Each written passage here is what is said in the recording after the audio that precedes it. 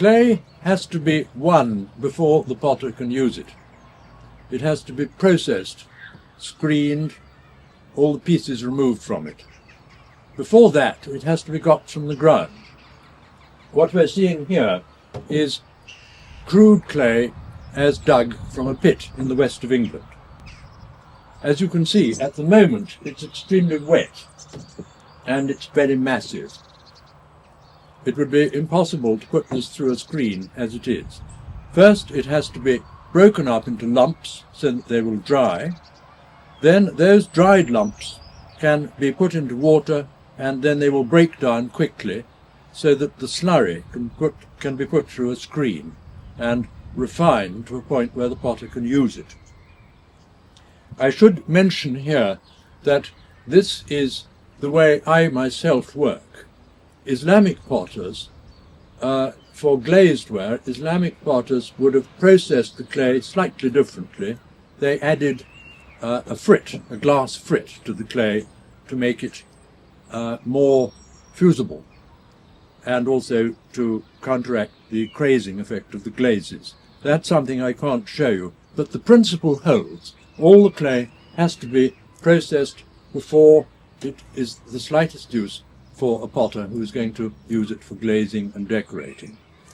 Here we are. It's been broken up with a spade and a hammer, and it is now drying. It's on a rack so that the air comes up from underneath. This is, of course, a Northern European problem. In hot countries, there would be very little problem about getting it dried.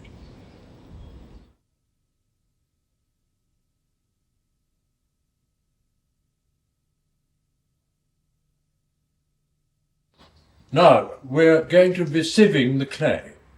This tank here is called a blunger. It contains water, and into the water the dried lumps of clay are put. We, in fact, add dolomite, which is a calcium magnesium carbonate, which improves the clay from our point of view.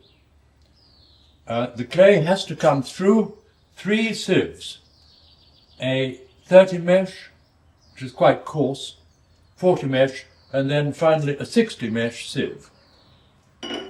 I'll just show you the general pattern of events.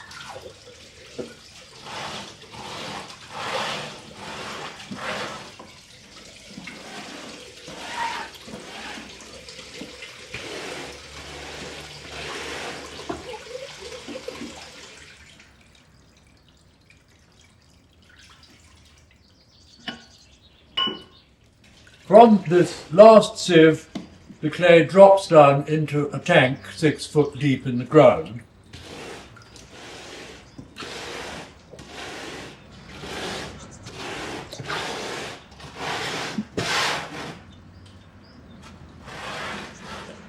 We then draw the liquid clay from the tank into a press, which you see here.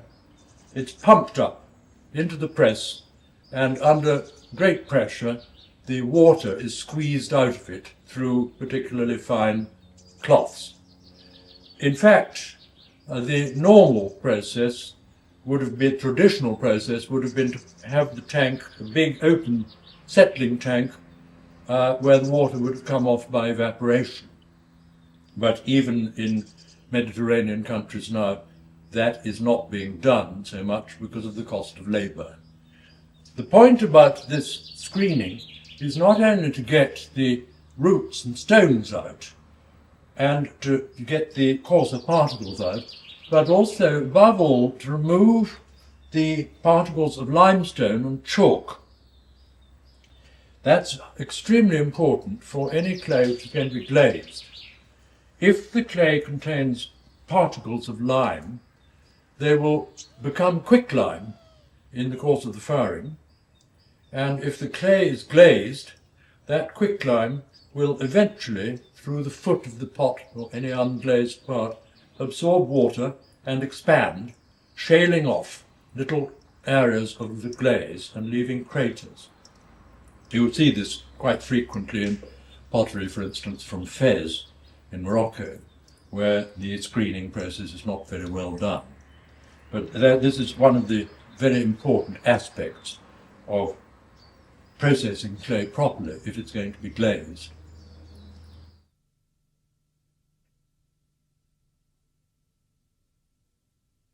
I'm now going to prepare the clay for working on the wheel. There are a number of ways of doing this. Perhaps the oldest way under the sun is simply breaking it like this. Pico Pasek said this is what people do with the clay, the way our ploughmen cut bread.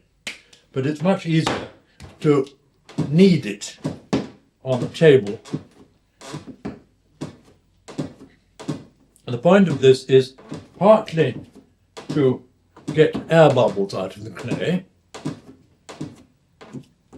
partly for the potter to get to know the consistency of the clay. That's very important.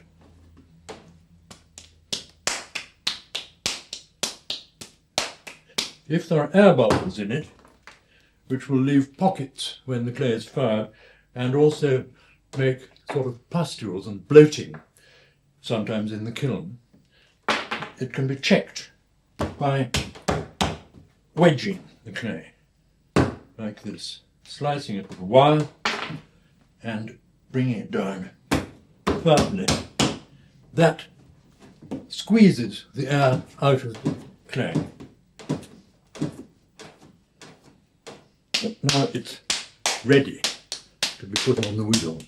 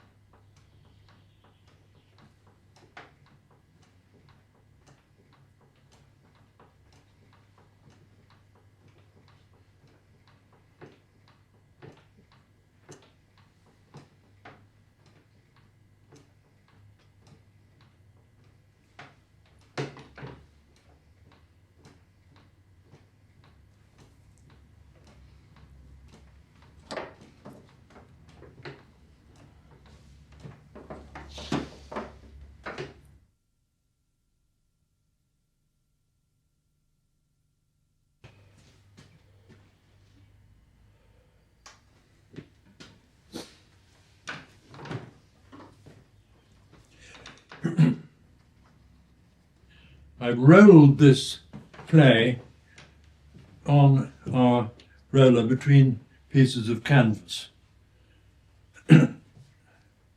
I'm putting it on top of a biscuit-fired form, and I'm going to press it down slightly so that it will form a shallow bowl.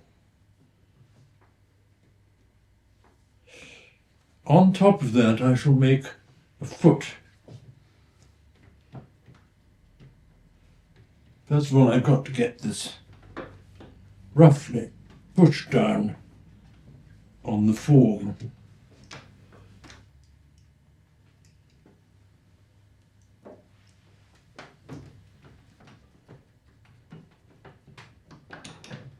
A lot of potters in the present day adopt forming methods other than the wheel because they cultivate asymmetrical forms and feel, rightly or wrongly, that the symmetrical forms made on the wheel are rather boring. I think that they are totally mistaken, but this is an attitude of mind which you will find very frequently in the Western world today.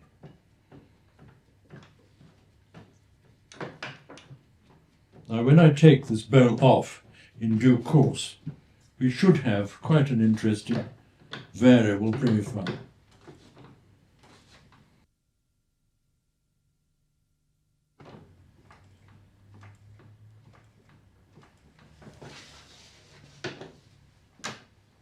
I'm scratching this slightly where the foot is going to be joined on.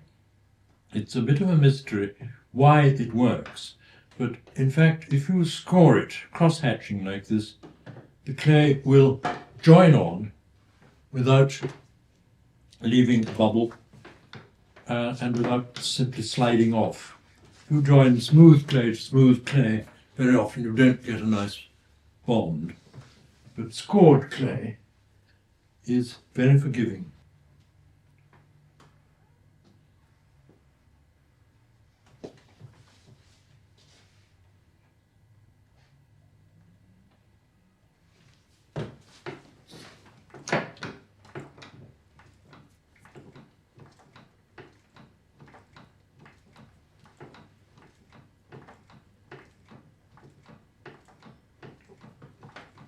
I've got a lot more than I need for the foot, so I shall cut some off with the wire.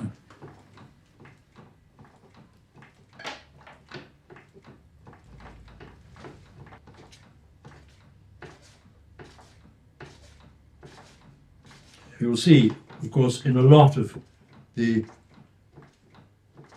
deep foot rings made in Kashan on a lot of Persian bowls, they've got a very nice deep foot, and they're certainly made in this sort of manner.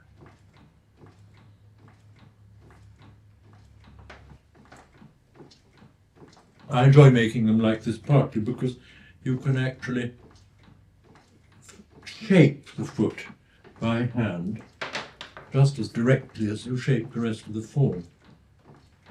Whereas if the foot is turned with a tool, you're not shaping it with your own body, but with an instrument, and it always looks and feels different. There we are.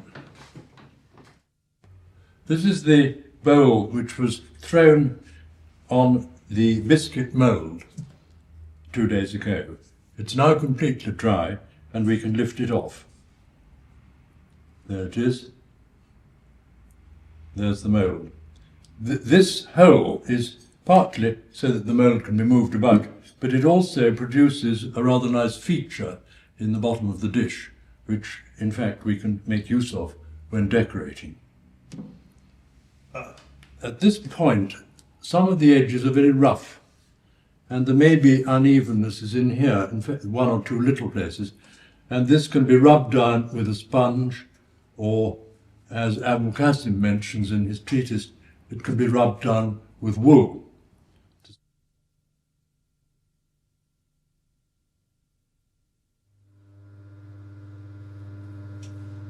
Just to make quite sure that I have got it in the right position, as near as I can, I'm checking it with the point of the tool.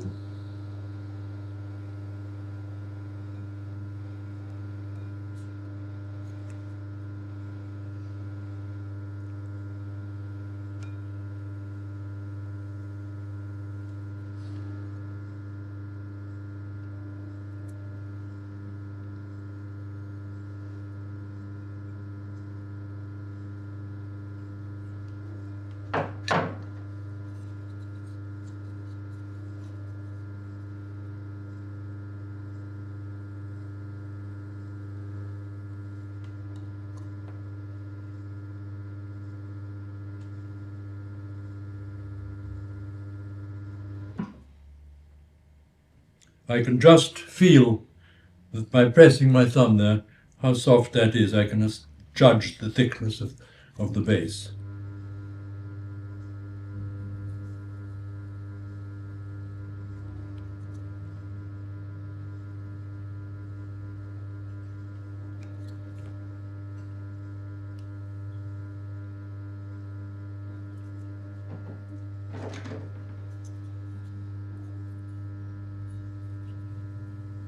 Many people would leave it smooth there, but I like to make a small termination at the foot.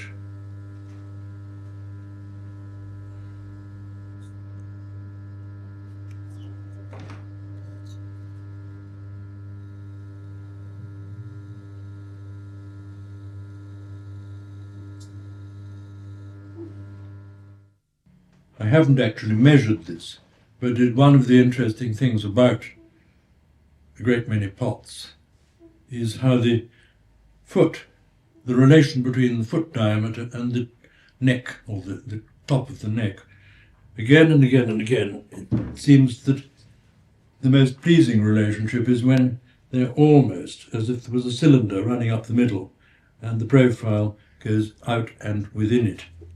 Do you see what I mean? So this and that are almost the same diameter. The character of a pot is enormously changed as soon as you have a base which is wider than the top, or a base which is significantly narrower than the top. Alters its character enormously.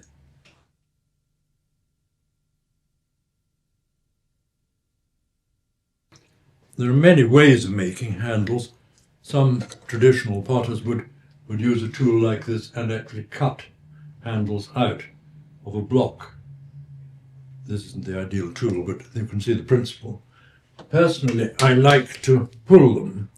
It gives you endless possibilities of adjusting the size and shape. And for large handles, over the ages, pulling was always the most popular way.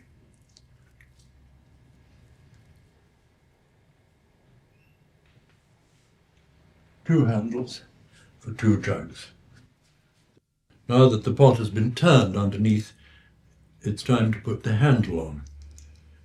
The clay is actually fairly soft, and it probably isn't necessary to score it, but as a precaution, I will do so just as I scored the base of the bowl when we joined on a foot.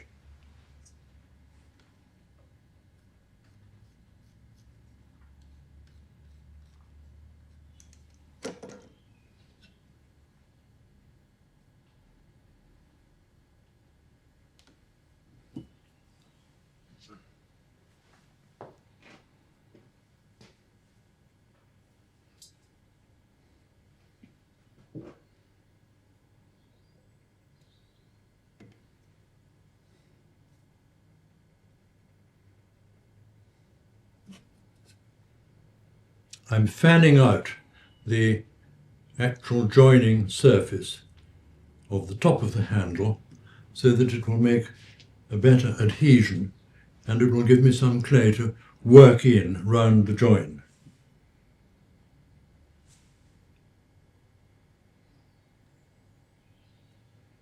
It's surprisingly easy, by the way, to put the handle slightly askew.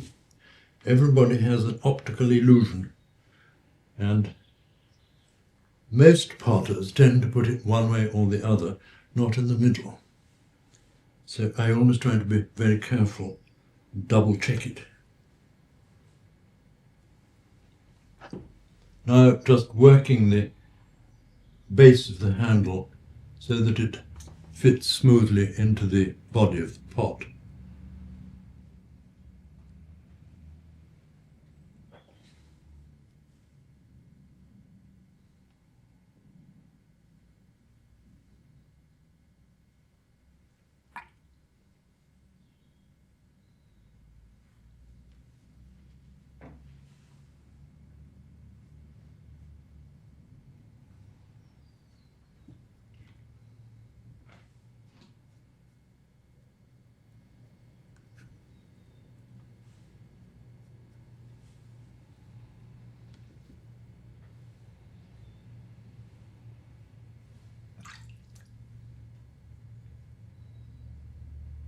I'm doing this so that the upper part springs nicely, like a branch, from the neck.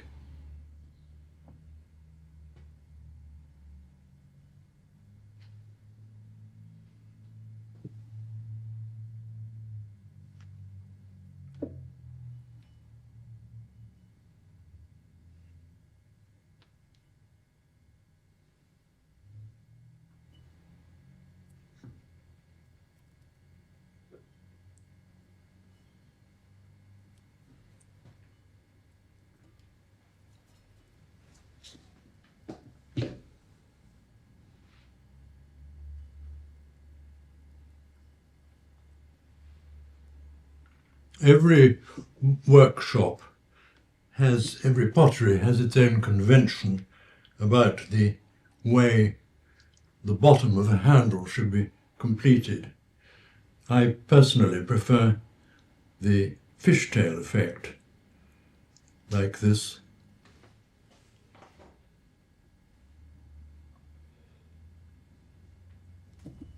It makes a feature rather than merely a coming to an end.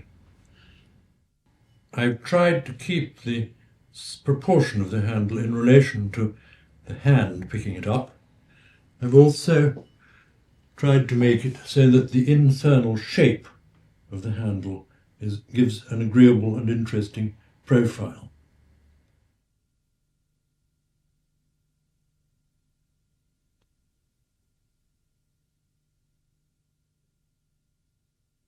The consistency of the slip is absolutely crucial in relation to the consistency of the pot. If the slip is too thick, when it dries it will shale off, starting at the rim, but it may shale off all over.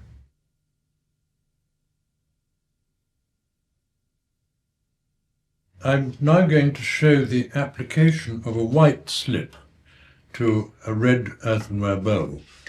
The clay, of course, is not fired, it's still fairly soft and absorbent. If it were not so, the slip would shale off. The pot has still got to be quite moist in order to make the bond between the film slip on the top and the body of the pot. I can only put the slip on one surface at a time. In this case I shall do the inside.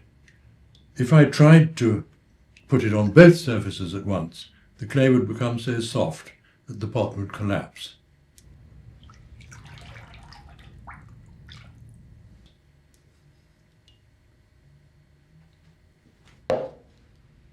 Now this is the awkward bit. I'm very bad at this. I'm taking the slip right up to the edge as far as I can.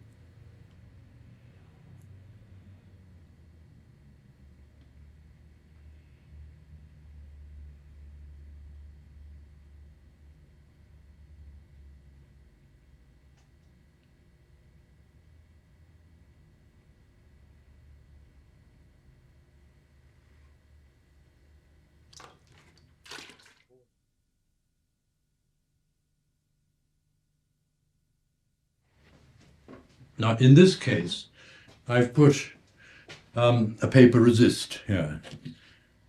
This is quite fun to do. We won't see anything very much at the moment, but in due course, as the slip dries, the paper will dry and I will be able to pick it off, leaving a resist pattern where the paper at present lies. This is the bowl which was dipped in slip 2 days ago. The slip is now completely dry and we can take off the paper cutout which was used as a resist. Here it is.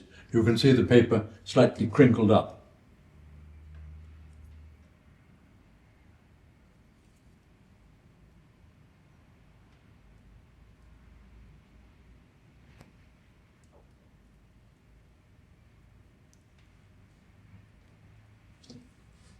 There is the red clay showing underneath. The white slip will adhere to the red clay when the pot is biscuit fired, and after that a glaze, a clear glaze or coloured glaze, could be put over the whole dish and we shall get simply a change of colour in the pattern.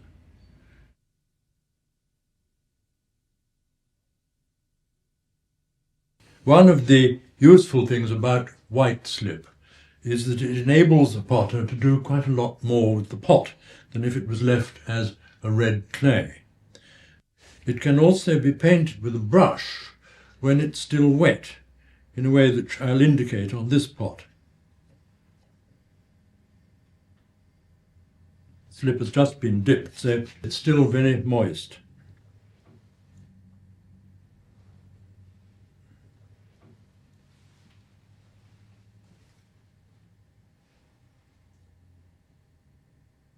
As you see, you get a free kind of brush stroke, quite different from the sort of brush stroke you'd get on a firm glazed surface.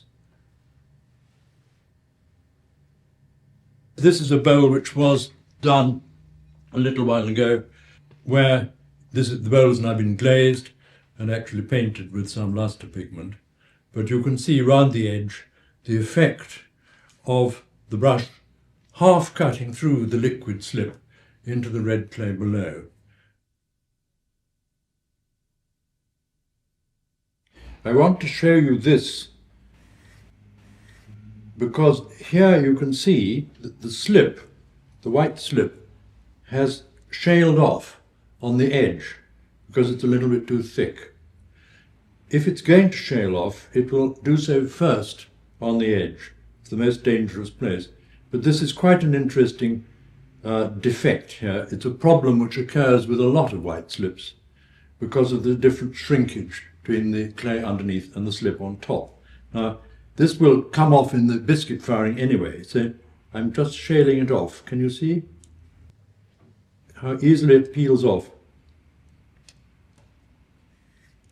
This is something one quite often finds on pottery from the Middle East.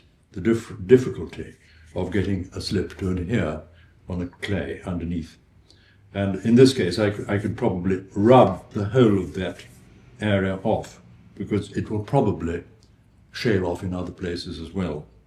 Anyway, there is an explanation of a defect.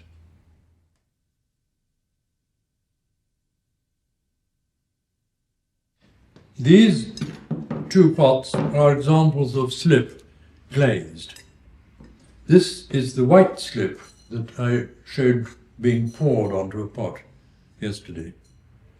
In this case, it's going to be painted with lustre actually. As you will remember, the slip has a way of shaling off round the edge. In this case, I've had to pull it all off so that the edge is clay colour, and I've made a feature of, I've rubbed it here so that is also clay colour. But you can see the effect of a clear glaze over the white slip in the rest of the pot. This is a blue slip with a clear glaze over it. In fact, it's the same glaze as this one. Colour is entirely because of the blue ground, quite a dense blue slip. And this pot is a blue glaze over the red clay. Quite difficult to know initially how you would tell whether a pot is a blue glaze or a blue slip with a clear glaze over it. Even though I've done these myself, I could quite easily be taken in. One of the things to look for is where the glaze goes thick and thin.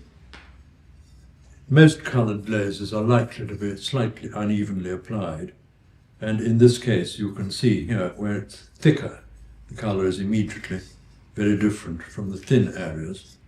Also, if you look carefully inside the foot ring, you will see that there is colour wherever there is glaze. Whereas on this one, which has got a blue slip and the clear glaze, you can see under the foot an area where the glaze doesn't cover the slip, and the slip shows as a sort of slightly sheeny but not glassy area beyond the area which is actually glazed.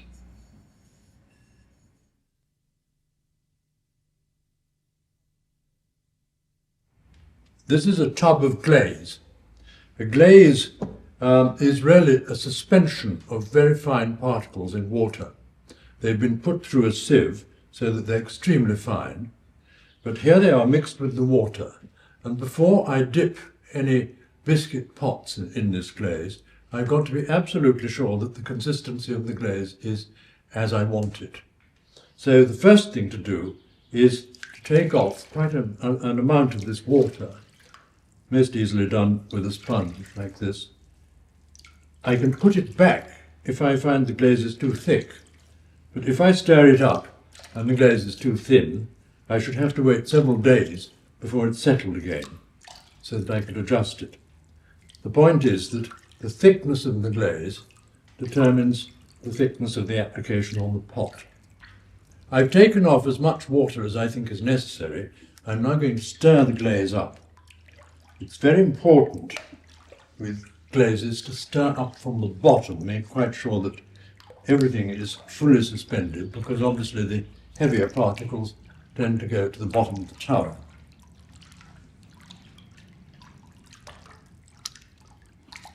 I will do this for a moment or two to make quite sure that it's all in suspension.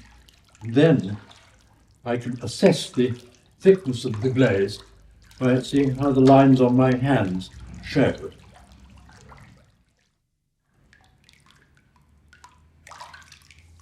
That tells you more than anything else about the consistency of the glaze.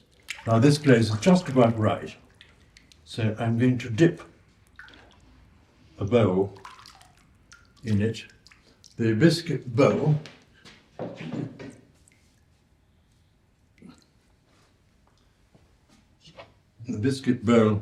this one, it's been fired so that it's fairly firm. Just a minute and I will demonstrate. It's fairly firm and absorbent, and it will pick up an even coating of glaze when I dip it.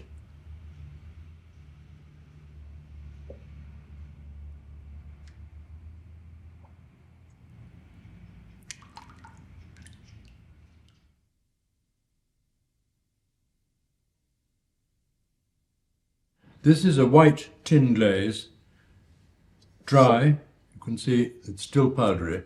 It's going to be decorated, and after it's decorated it will be fired and the pigments will fuse into the glaze as it melts. The pigments I'm using are fairly traditional blends of basic colours. This one is a mixture of iron, copper and cobalt, and it will give a colour something like the strokes on this mug. This one is a mixture of vanadium, but in the past people would have used antimony to give yellow, with iron and copper to give a lime green. And the other one, which looks blackish grey, is a cobalt colour which will give a blue. All the colours, of course, develop when the glaze melts, so that they combine chemically with the silicate surface.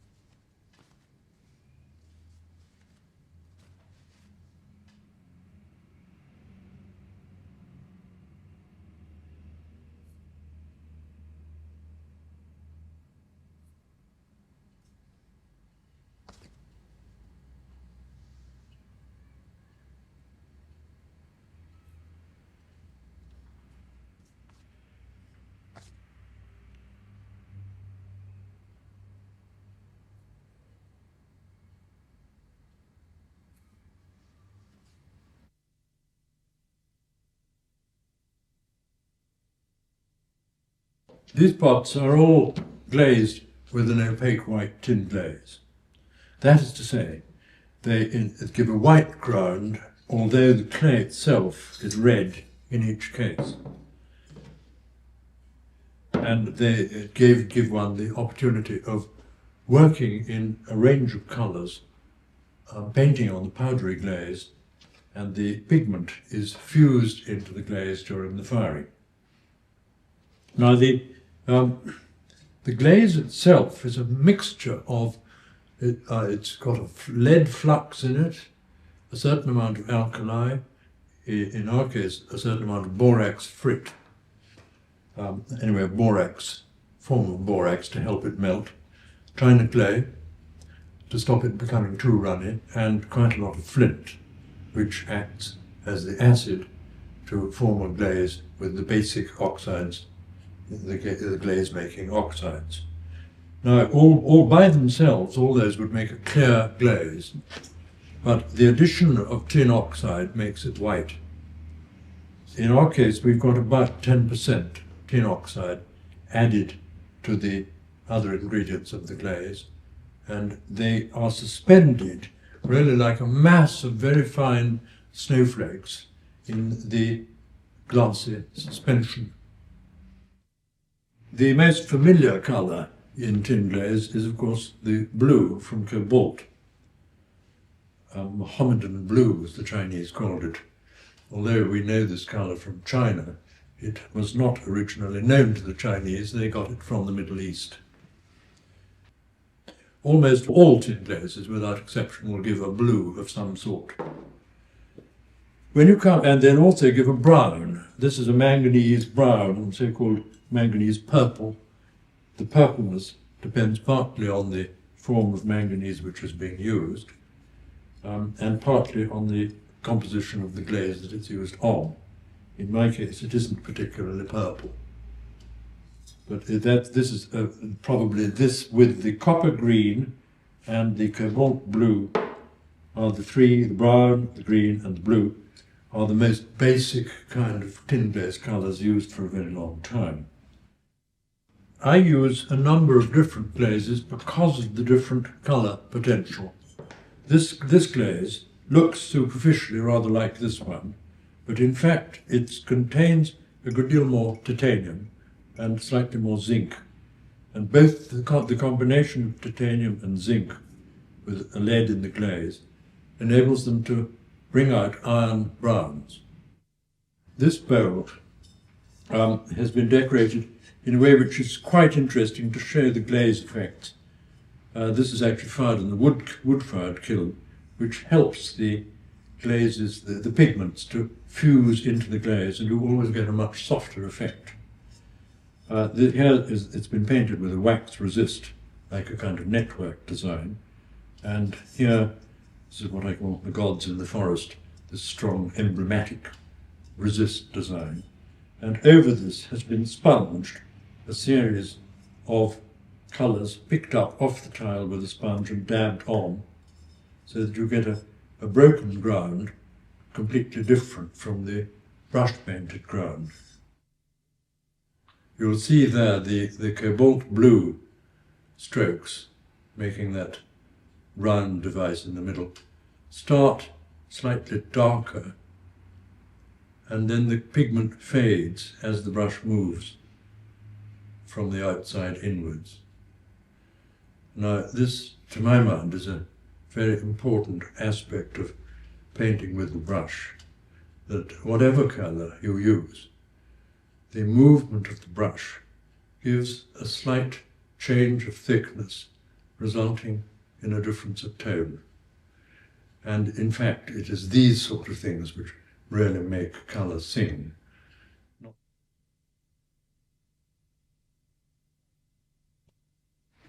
This jug has been already glazed in a white tin glaze, suitable for painting with lustre.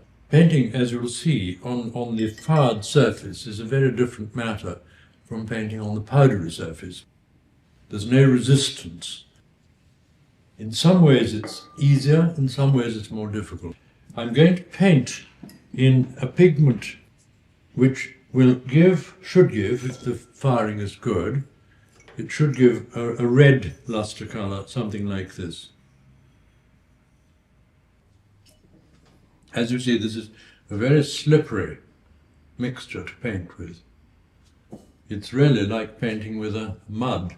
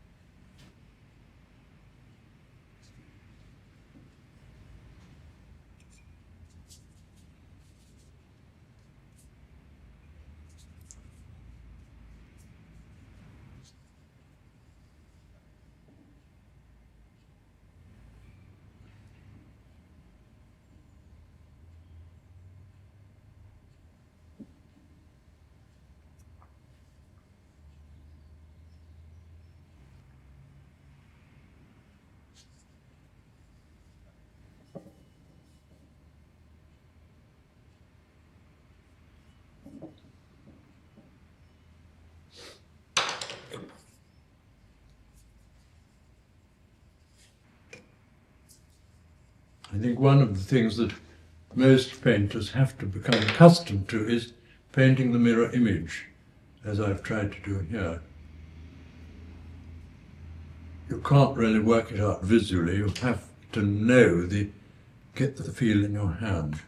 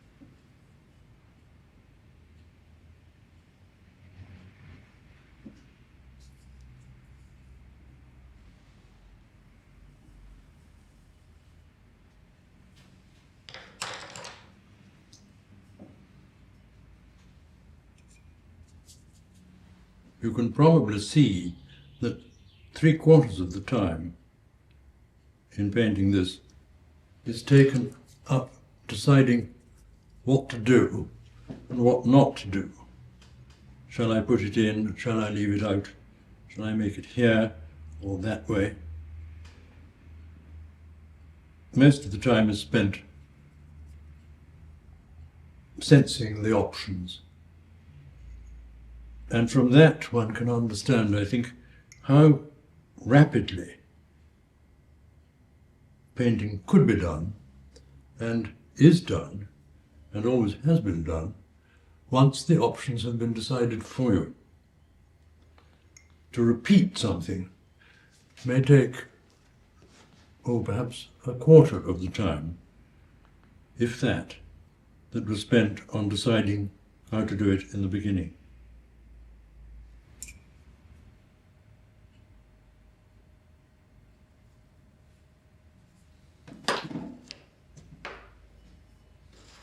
Now, I'm going to wipe that off. This is something one can do with lustre. Because the glaze is already fired, it is possible to, in this case very easy, because it's an exposed place, to wipe off what you've painted and make a change.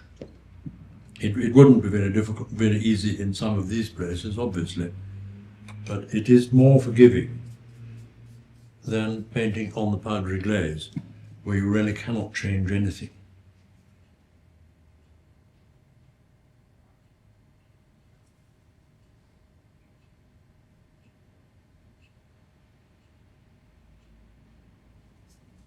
As we said before, perhaps the most difficult part of it is to decide when to stop. There are quite a number of possible things that could be done, but I don't think I will do them, except one.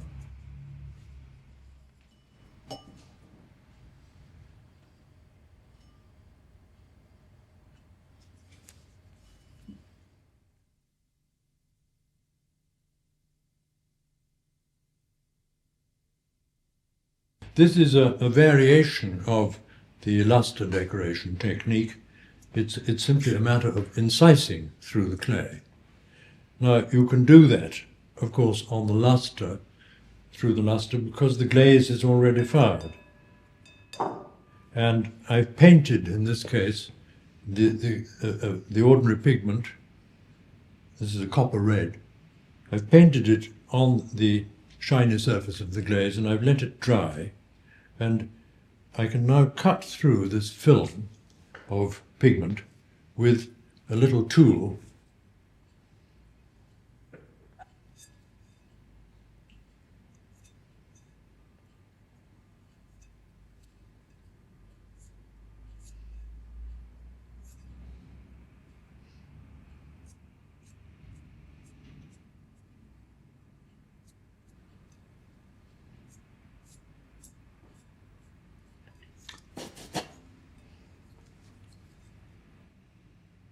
One of the slightly difficult things in this technique is to clear away the powdery pigment, partly so that you can see where your wooden point is working, and partly to make sure that you really have scraped all the pigment off. The lustre pigment is so sensitive that it will almost certainly show, even in the places where I've done my best to wipe it all away.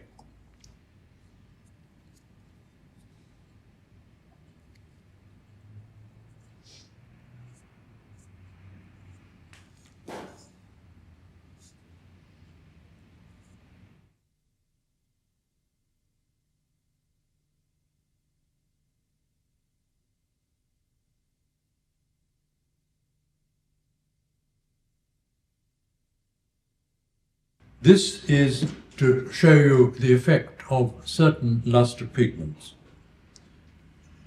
Beginning with this jar, this is a sort of halfway stage between lustre painting and painting on the unfired glaze. The blue was all applied on the unfired glaze and was fused in during the first firing. Then the pot was painted with the lustre pigment and fired in the lustre kiln, and this has been reduced and a little bit vapoured in the lustre firing. So we've got a combination of lustre and blue. Now this one is a very deliberate attempt to use the vapouring. The vapouring in the case of this pigment is so predictable, or at least not actual conformations, but the knowledge that the pot will vapour in a certain part of the kiln from the silver carbonate pigment here. One can be quite sure it will vapour so that you can rely on it.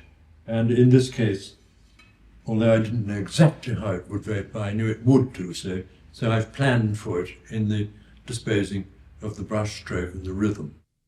Finally, I'd like to show you this one, which I think is my favourite of all the lustre barrels that I've ever had. This, to my mind, is the most gracious vapouring that could possibly have happened. The asymmetrical design has been done in the hope that a certain amount of vapouring would occur. And All I can do is invite it.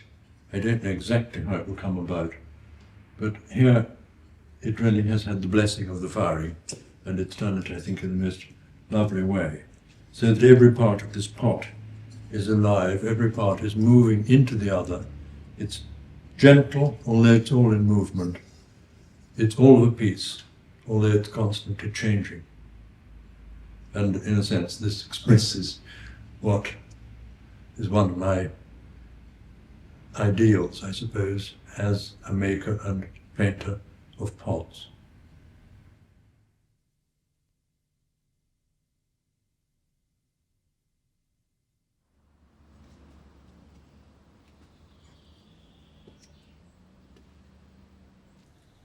What you're looking at now is the first quarter of the packing of the lustre firing. The pots you see here are a mixture of different pigments. I have to know each pot, its glaze, its pigment, and I have to think in which part of the kiln it is going to get the sort of conditions it needs to reduce in the lustre firing to the best advantage.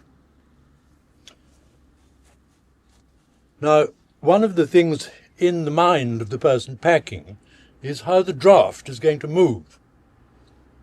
The draft is coming under the floor, up the back, where my right hand is, then it divides, and some goes that way, down the exit, some goes this way, down the exit. In other words, it fans out. So you can see that the maximum draft is in this sort of arc, and equally on this end. In the middle is relatively quiet, stale air. This matters very much for the pigments. To get the red colours, you need the pots in the place where the draft brings oxidation in between reductions. In other words, the red pots will be in this sort of area, up here. In here, the silvery pots will do better, and we, with any luck, will get a certain amount of silver vapouring because of a backdraft of the air. Here it's relatively stale. In between, the draft is middling, and so is the temperature. This is the hot part, this is the cool part. Hot part, cool part, intermediate part. The blue glazes, on the whole, need slightly cooler conditions than the white glazes with red. So I have put these blue pots here in a rather sheltered place. If you imagine how the draft moves, you will see that where it goes down, this area gets hot, where it comes up, this area gets hot, but that is relatively static. So this is actually cooler than that, although it's higher.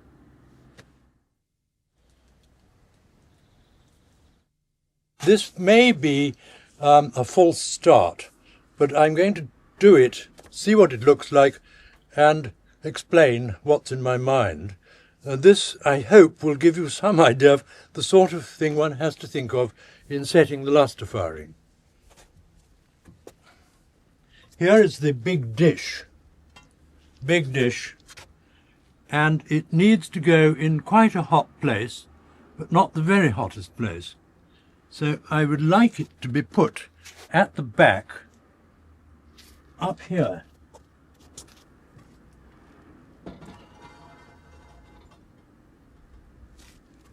Somewhere like that.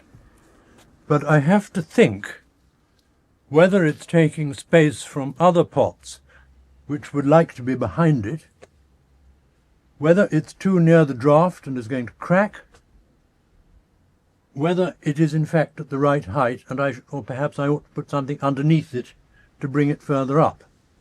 I also have to think whether I can pack this end of the kiln, the last bit to be packed, at the same level as I'm packing the back.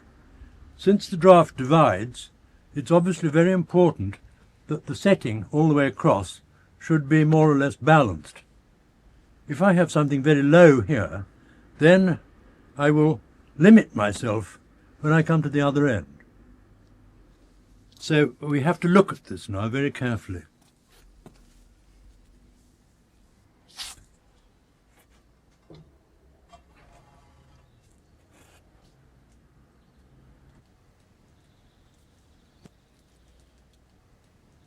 Now, I would prefer it to be a little bit higher,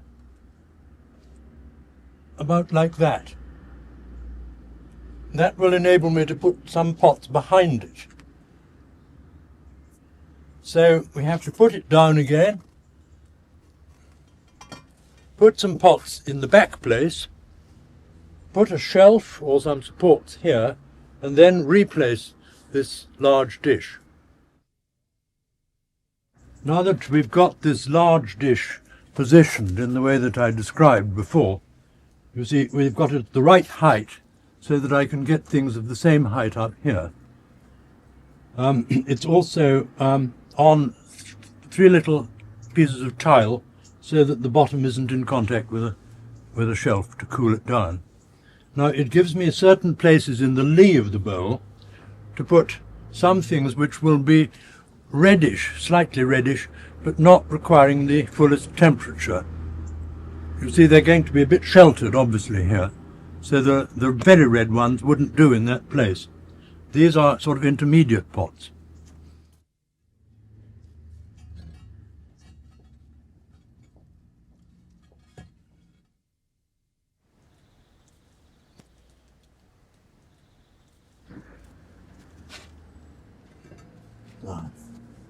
We have to think best how to accommodate these.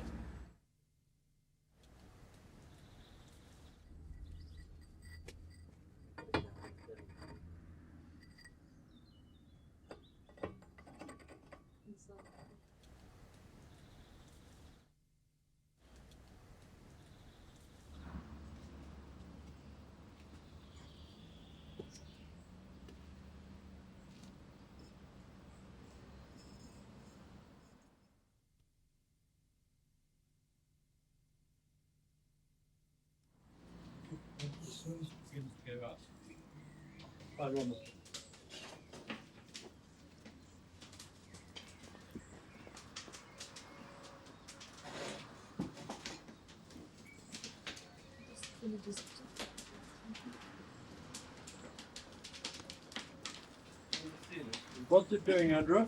It's 640. Okay. I'll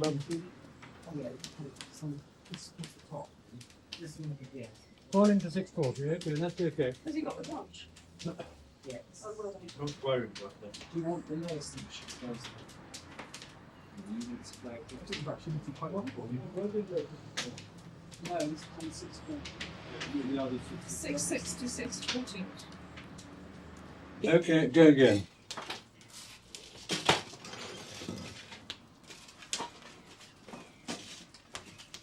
I did write about the sticks there and the middle there. Right.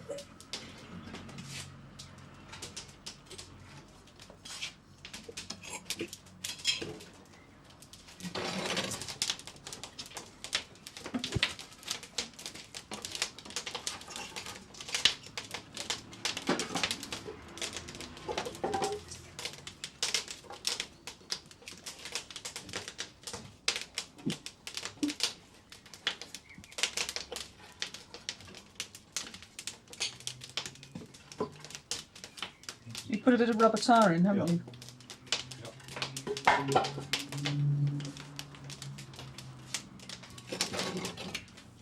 Right. Look. What's it do? It's got 640. Yeah. Can you fire? Yeah, it's more than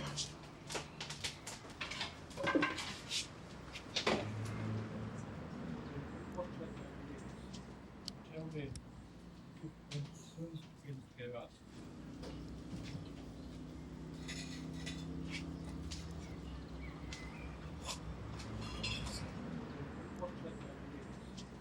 Tell me.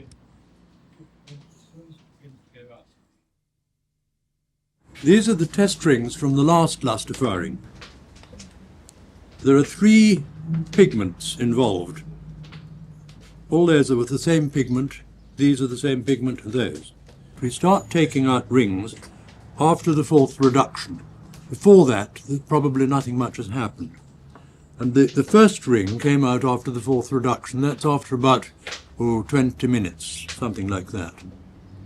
And as you'll see, it's almost white, but I can see there's just a slight stain of colour, a pinkish yellow.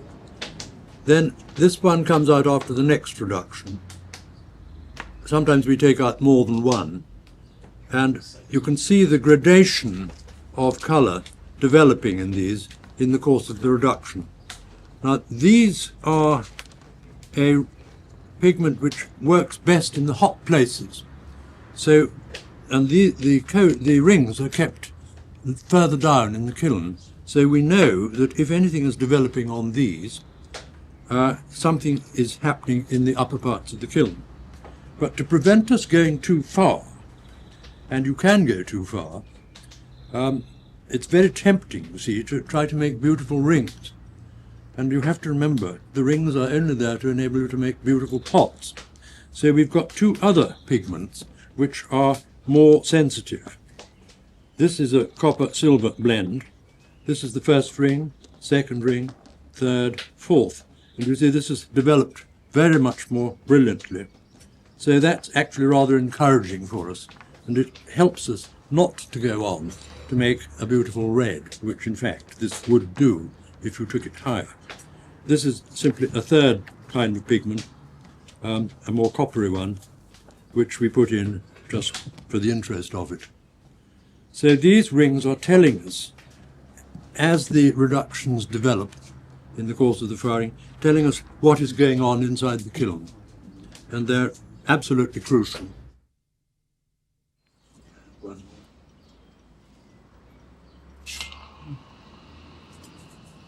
Okay, Christian, take it away again. Thank you. That's fine. Still, what is it now, Andrew? 658. Good, good, good. Excellent. Right. 2 rings out. Now, 3. 3 out. One of each. Right. 60 and Okay. 640. This is number 11, the pinky one. It's Oh, not bad. developed more than it often does. But they're telling us that something's happening. It's quite all right. From a lofty.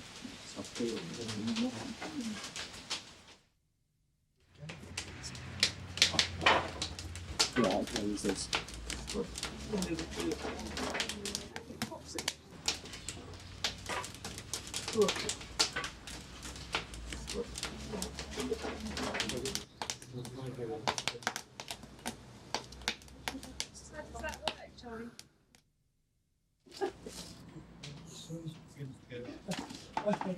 And let me see what the new parameter says.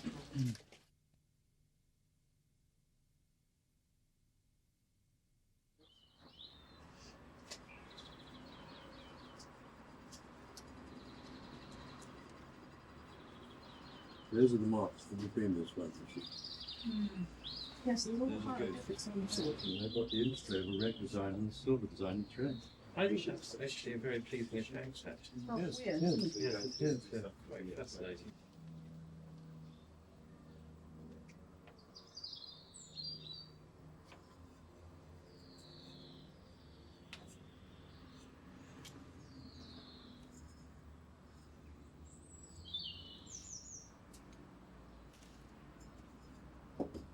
Here's the bowl that you saw being decorated in an earlier stage, and you also saw it being put in the kiln. Now, it was in the upper part of the kiln because this is meant to go a strong red colour, and where the air changes in the upper part of the kiln, as I described during the packing, the reds develop best. Silvery colours go below. If we'd put a silvery colour up here, the clay, which is what you're seeing now, the ochre stuff, would have stuck into the glaze. Now this is it's one of my stiffer glazes, and it will take the hot parts of the kiln, so it's particularly suitable for red. Now to rub it off, I'm taking one of these little cloths, and I've got two mixtures of powder which are lightly abrasive. In this case I'm going to use grog, which is a crushed fire clay, very finely sieved, and hopefully it won't scratch the lustre. For silver pieces where the lustre is more easily scratched, we usually use whiting, which is very fine, very soft, but it doesn't actually rub off the ochre quite so easily, so we have to do more elbow work. Now here we go. Here we go. What should we try first? The middle. There we are. I'm rubbing off the ochre, and the red lustre you're seeing is the product of copper carbonate and tin oxide blended with red ochre, and the ochre is a sort of carrier. It dilutes the metal compounds, but it also protects them during the firing against volatilization. It doesn't actually play a major part in the development of colour. It's really more a carrier. Though some people say, and I think there's a lot in this, that ferric oxide, which is in the ochre, helps to prevent reoxidation during the lustre firing. That may be true, but it is also possible to apply lustre without red ochre, simply using kaolin instead, which of course contains no iron. So this is the sort of subtle point that people can discuss ad infinitum without actually spoiling it by coming into a conclusion. Here we go on the back. You quite often find a slight difference of lustre character between the front and the back, for the obvious reason that as the draught blows over it, the front in this case is more exposed and the back slightly more sheltered, so that, and in this case I think the back is slightly less lustrous, slightly less dark colour than the inside.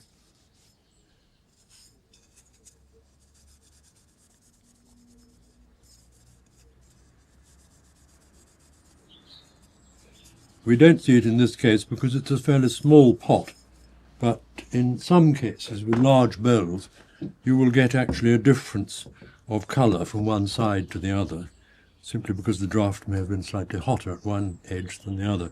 But on a small piece like this, that doesn't arise. Here are the marks underneath. It's very important for us to mark the underside with the glaze and the pigments, because that determines where it goes in the kiln. If you have a pot which somebody has forgotten to mark, and I must say sometimes I forget myself, you are in two minds whether it should be in the top part of the kiln or in the middle or the bottom. And the likelihood of making a mistake is quite considerable.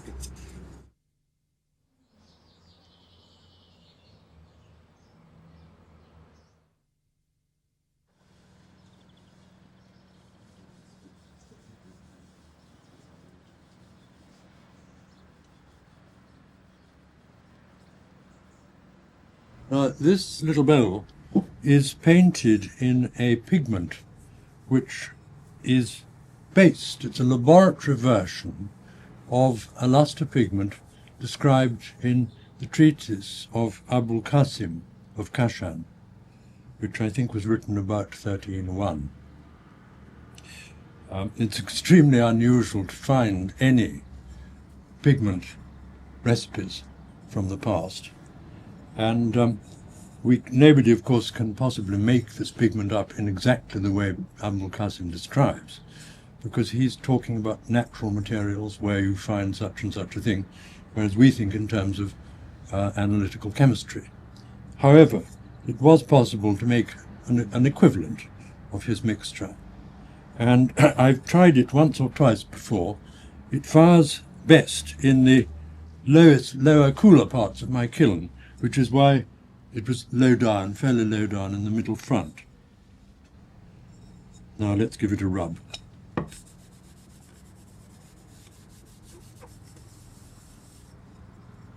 It should be a sort of golden colour, and so far as I can see, it is, yes, it has got some quite nice goldy bits in it.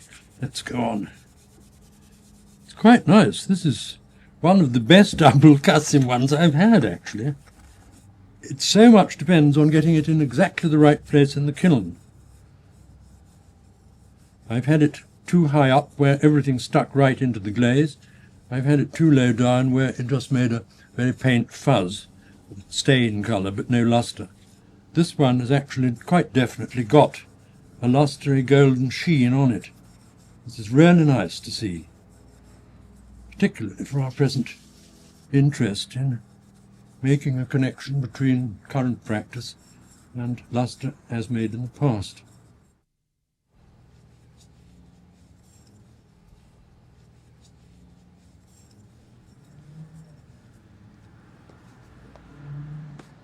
Quite pretty, quite pretty. I'll hold it up. Whether you will actually be able to pick up any reflection, I'm not sure. It's very gentle, but it's there.